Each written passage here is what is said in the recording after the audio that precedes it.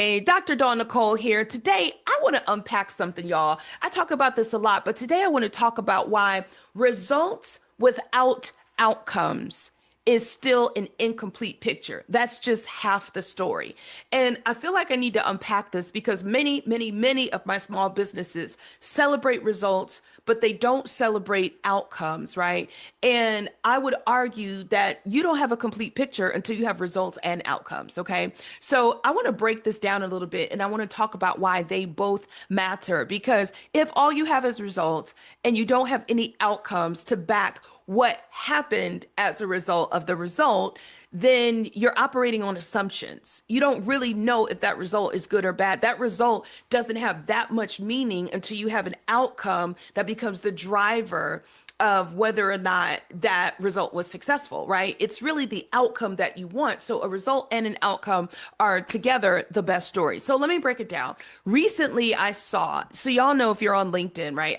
Follow me on LinkedIn. If you're not on LinkedIn, follow me there, Dr. Dawn Nicole McElwain. But listen, let's talk about it. Recently, LinkedIn started producing impressions, and they're not recent. Like LinkedIn has been giving you data statistics around your post, around your comments, right?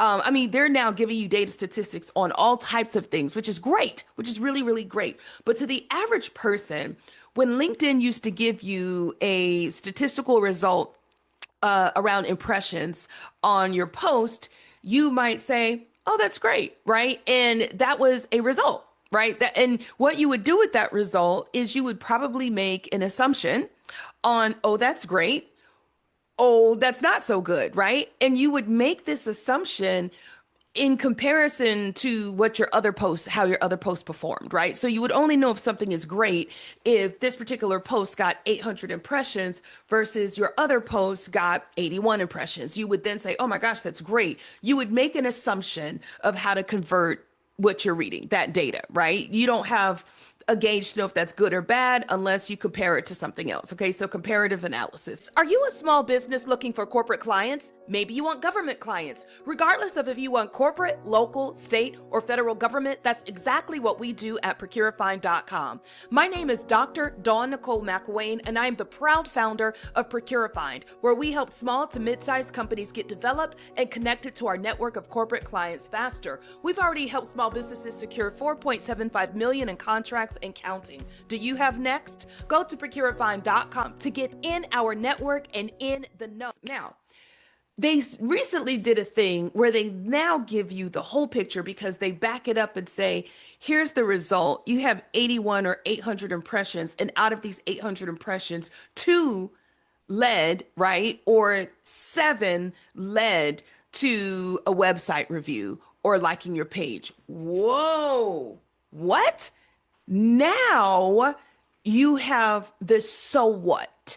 There's this book that's called What's the So What, by the way. I recommend it. What's the So What is a book that helps you to tell a complete story, by the way, right? So if someone says, hey, XYZ, okay, what is the so what of XYZ? What is the rest of the story? What do you want me to do with this information? Why is this information important? What does this information impact, right? That's the rest of the story. And as business owners, we rarely get to the so what. We just love to give the first half of the statement. But anyway, I digress. So when LinkedIn started to show both the result, right, of the impressions and the outcome, it became a game changer because now you had the complete story, because you could have a post with 81 impressions and you could have another post with 800 impressions, and comparatively you would say that the 800 impressions is significantly better. However, if your 800 impression post led to no page views, no follows, no further action, was it the better one? What if the 81 post impression led to 5 page views, right? So now you always have to ask yourself, how good is my result in comparison to what outcome? Right? What was the outcome I was actually after? Because it's actually outcomes you're after.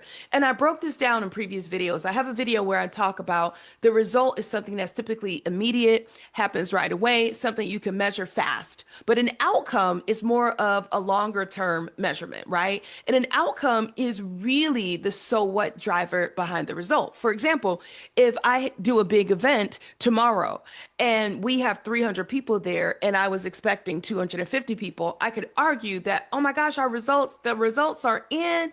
We had 350 people when we were only expecting 200 plus people. And so I could argue that was great. We did great. We are popular. We underestimated the amount of people. This is more popular than we thought. This is a fan favorite. And we could make some assumptions, right? However, what we really are after is not just attendance, though. We would be after new member signups. We would be after maybe those attendees who purchase products, books, online courses. So even though I could have high attendance, if I had zero outcome as a result of that higher attendance, it tells me where my problem is. I have a conversion problem. I can get people there, but I can't convert them. I still have an issue if my goal was conversion. So this is why if you have a result minus the outcomes, you have half the story because you are left to your assumptions. The complete story is when you have results plus outcomes, you have a full picture. And now the question is, what does this data tell you, right? What can you learn from this data? What should you do as a result of having the result and the outcome? What happens next, right? What should you change? What should you increase? What should you do differently? What should you say differently? What should you position differently and where? These are the questions that we have to ask ourselves as small businesses. All right. I hope this was helpful. Listen, if you like content like this, be sure to like and subscribe to our channel so that you never miss out. And on that note, Dr. Dawn Nicole signing off. Take care. Be great.